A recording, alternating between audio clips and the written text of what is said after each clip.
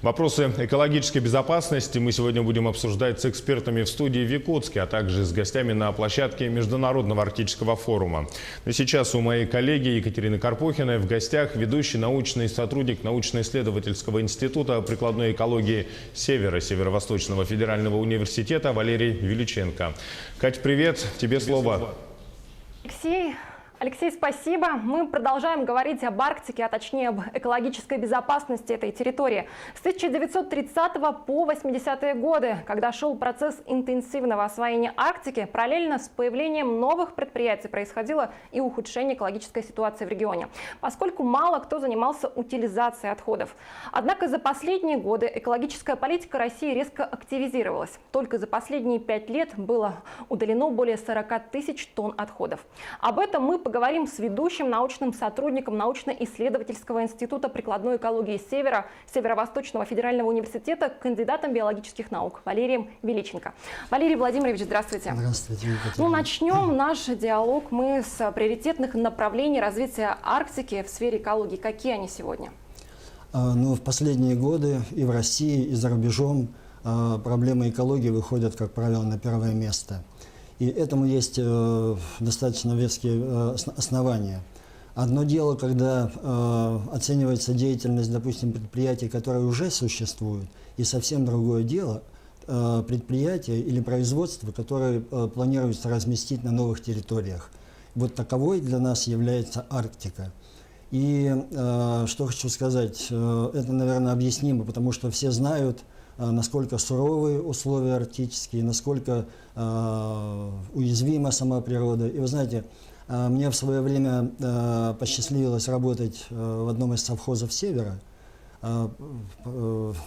инженером по промыслам. И вот когда я только собирался туда ехать, начальник отдела кадров Дудинского АПО, она предупредила меня, она сказала дословно так: климат здесь суровый, условия жизни приближенные к экстремальным.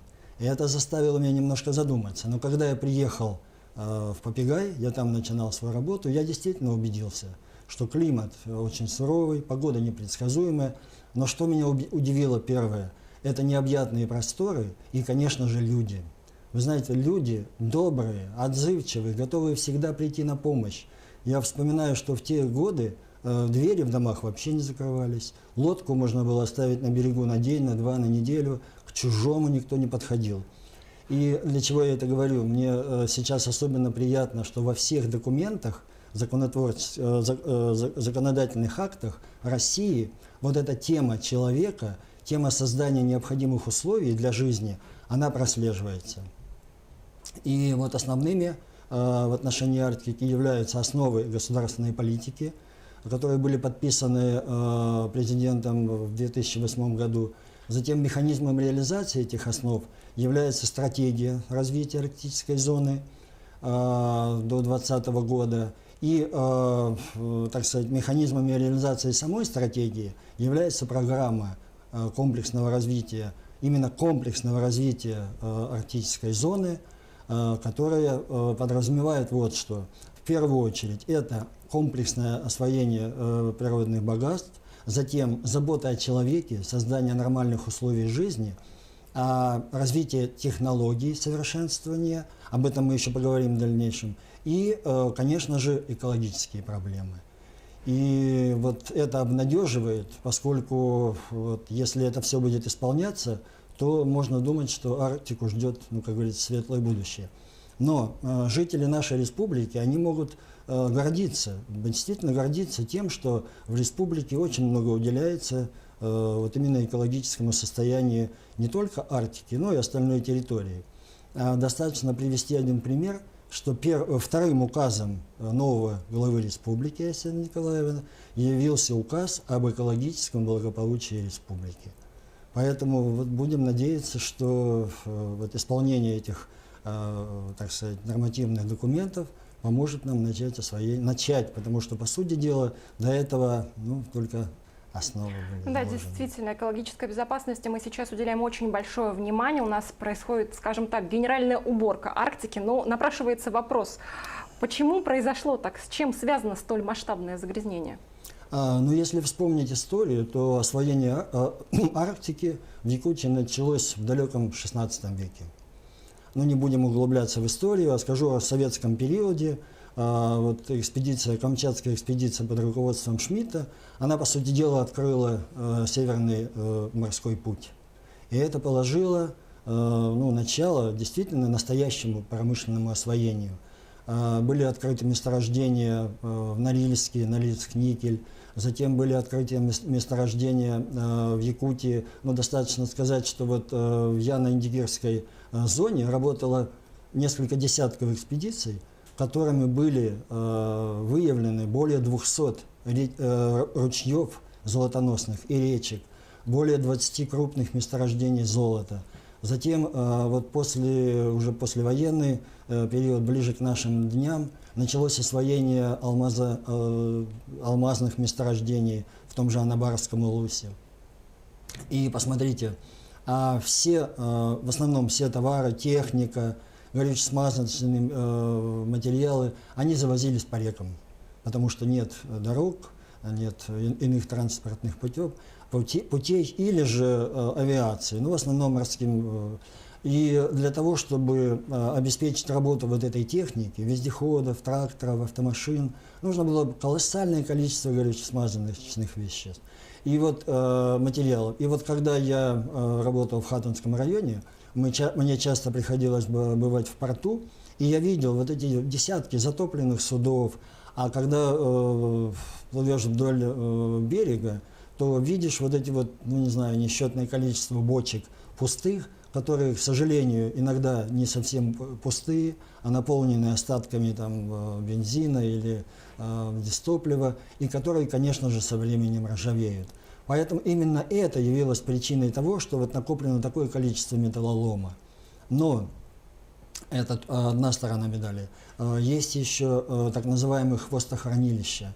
И в Якутии их всего 19, и 2 из них – это депутатский ГОК и Куларский ЗИФ, хвостохранилища, они находятся за полярным кругом.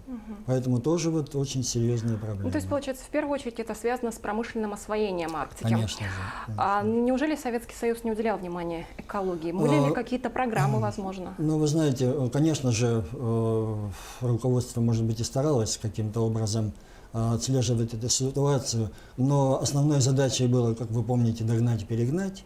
Поэтому все силы прилагались к тому, чтобы больше, чтобы поднять экономику страны.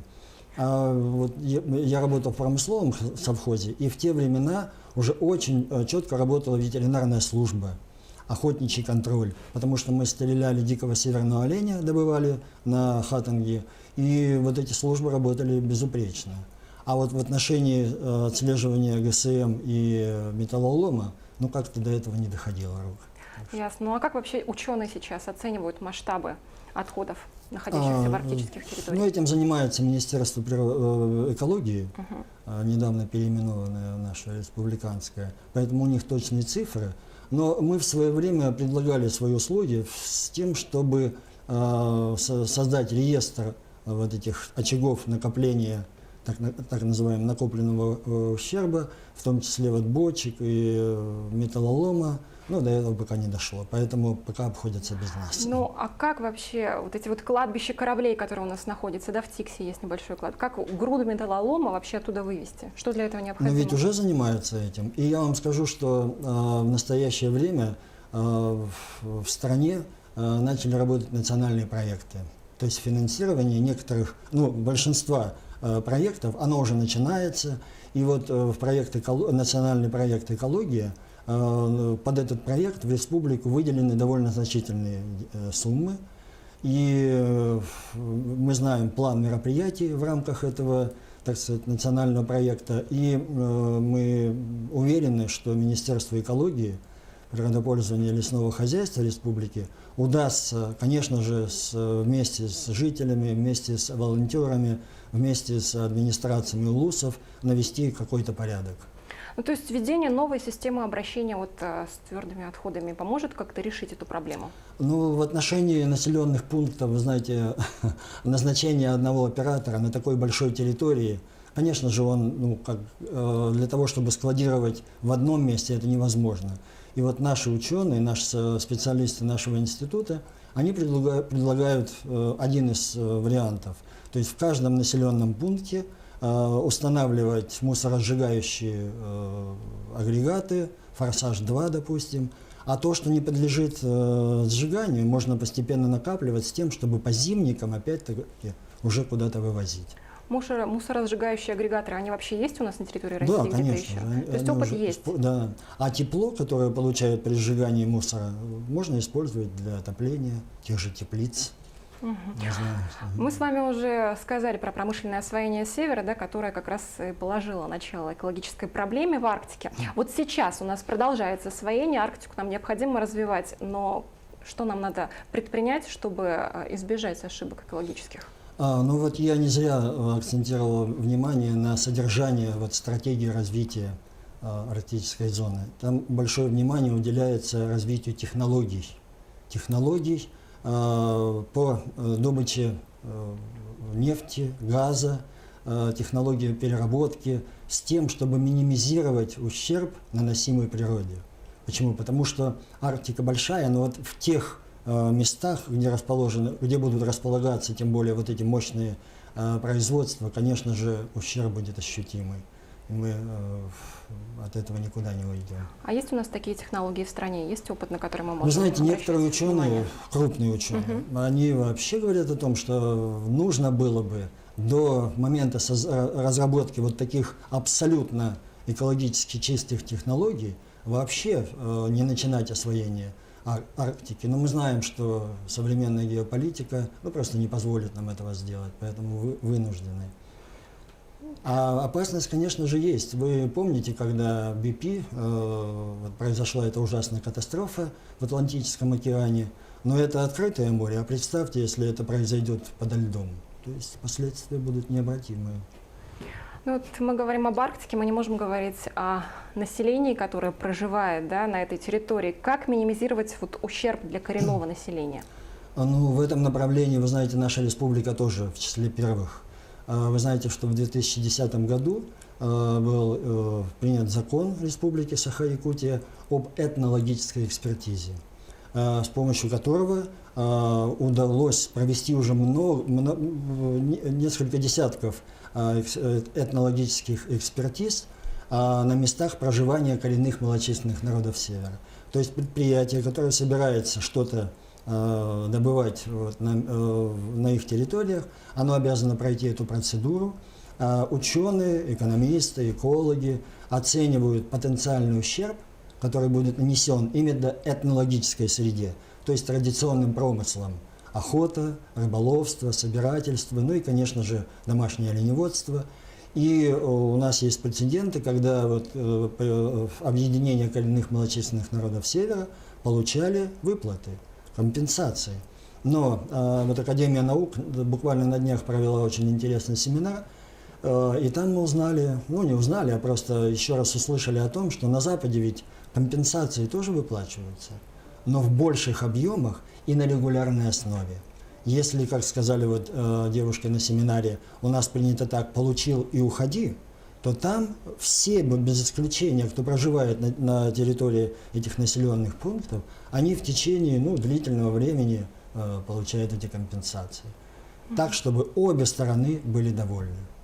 Ну, это мы говорим о коренном населении. А как вообще привлечь население, чтобы люди ехали жить в Арктику? Ведь большинство пугает тяжелые условия труда и в первую очередь вообще вы знаете, климат. Нам приходится бывать на современных приисках, на нефтяных площадках. И я бы не сказал, что условия, в которых живут рабочие, они какие-то очень уж сложные. То есть хорошие, отапливаемые электричеством балки, столовые, где-то даже есть и клубы. То есть это миф, который остался в прошлом, то, что да, в Арктике конечно, тяжело жить. Же. Но все равно мы знаем, что человеческий организм очень не одинаково реагирует на эти жесткие условия. Я, знаете, иногда вспоминаю первую полярную ночь. Действительно, это большая нагрузка на психику. Но я жил в поселке, в национальном поселке когда ты живешь в хороших, нормальных условиях, то, может быть, это как-то немножко нивелируется. В последнее время активизировалось большое количество научных исследований Арктики. Да? Вот можете рассказать о последних и вообще планах на текущий год у вашего института?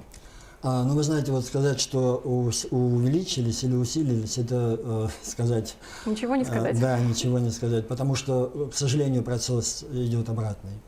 В последние годы финансирование научных организаций как-то, вы знаете, постепенно снижается, к сожалению. И вот пик работы наших сотрудников, нашего института, а у нас мы проводим комплексные исследования, он приходится на начало 2000-х годов. Вот тогда действительно мы работали, начиная от Анабарского улуса, заканчивая Колымой. И на приисках у Алмаза Анабара, и на Куларе, и в Депутатском, и Зырянский угольный разрез. И, вы знаете, наши исследования явились, так сказать, основой для написания многих и многих научных работ. А какие исследования, например? Во-первых, мы в тех местах, где планировалось создание каких-то новых производств, мы проводили оценку современного состояния компонентов экосистем. Для какой цели? Чтобы после того, как предприятие начнет работать, и через несколько лет была возможность проверить, а насколько же ухудшилась на прилегающих территориях экологическая ситуация. Ну и потом мы специалисты, каждый из нас дает в своем направлении какой-то прогноз. И более того, помимо прогноза, мы еще даем рекомендации, как же минимизировать ущерб природе. Ну а специалисты СВФУ, медики, техники, они, конечно же, проводят свои исследования, направленные на минимизацию, допустим, ущерба здоровью населения и тому подобное. А как получается, ученые выезжают и непосредственно там находятся? Да, конечно же. Особенно экологически. Чем отличается наш институт от многих научных организаций? У нас очень много полевых работ. Очень много. Как только потеплеет немного, да и в зимний период мы часто выезжаем для проведения полевых работ, то есть для сбора первичного материала. Все проводится по утвержденным методикам. Все наши специалисты высококлассные, они знают эти методики. Затем приезжаем сюда, сдаем или сами проводим, так сказать, анализ этих материалов, или же отдаем в аккредитованные лаборатории. А после этого наступает камеральный период, мы пишем, так сказать, научные отчеты и выдаем рекомендации. Но что еще? Вот сейчас одним из механизмов финансирования или одним из путей финансирования науки являются гранты. То есть в России, да и за рубежом есть несколько научных грантов, которые выделяют средства победителям. И мы активно принимаем участие, очень часто подаем заявки. Конечно же, мы проигрываем центральным вузам. Как-то это уже сложилось у нас, знаете, традиционно в России. Но все-таки нам удается. И в частности, третий год мы работаем по гранту РФФИ, совершенствование методологических подходов, оценки ущерба коренным малочисленным народам именно в результате деятельности промышленности. И здесь мы, можно сказать, преуспели, потому что в этом году мы закончим это большой монографией серьезной. В составе нашего коллектива ученые нашего института, затем Слепцов Анатолий Николаевич, это известный правовед, известный юрист из СВФУ, затем Евдокия Бурцева, финансово-экономический институт, затем у нас два профессора, профессор Потравный Иван Михайлович из Плехановского университета Москва и из Кубанского университета Гассия Виолетта Валерьевна. И вы знаете, в отношении уязвимости арктических экосистем, с двумя последними мы в позапрошлом году ездили в район Куларского месторождения. И на квадроциклах проехали довольно значительный отрезок по тундре до поселка Хаир. И вы знаете, несмотря на то, что давно уже прекращена деятельность этого предприятия, следы от автотракторной техники отлично видны. они еще не заросли. Поэтому вот в чем сложность работы в в арктической зоне. Очень бедные и очень весьма отзывчивые на нарушения. Дело в том, что вот в экологии есть такое понятие, ну и в биологии сложность или простота экосистем. И вот наши арктические экосистемы весьма просты. То есть набор видов растений и животных небольшой. Допустим, по сравнению с тропическим лесом. И если вырубить гектар тропического леса, то через год вы по этой вырубке уже не пройдете без мачете, поскольку лесовосстановление начинается буквально на следующий день. А в тундре нет. Там это сохраняется на многие-многие, не только годы, но и десятилетия. И вот именно поэтому мы очень трепетно относимся и очень бережно хотим относиться, и всем рекомендуем, когда мы встречаемся с жителями, мы видим, как они также обеспокоены судьбой Арктики, встречаемся с промышленниками и также убеждаем их в необходимости бережного отношения к природе. Валерий Владимирович, большое спасибо вам, что ответили на наши вопросы. Надеемся, что все с безопасностью экологической в Арктике у нас будет в перспективе хорошо. Спасибо. Конечно, если все вместе будем работать в этом общими усилиями, да, придерживаясь программы. Спасибо. Я напомню, что об экологической безопасности Арктики мы говорили с гостем студии, ведущим научным сотрудником научно-исследовательского института прикладной экологии Северо-Восточного федерального университета Валерием Величенко.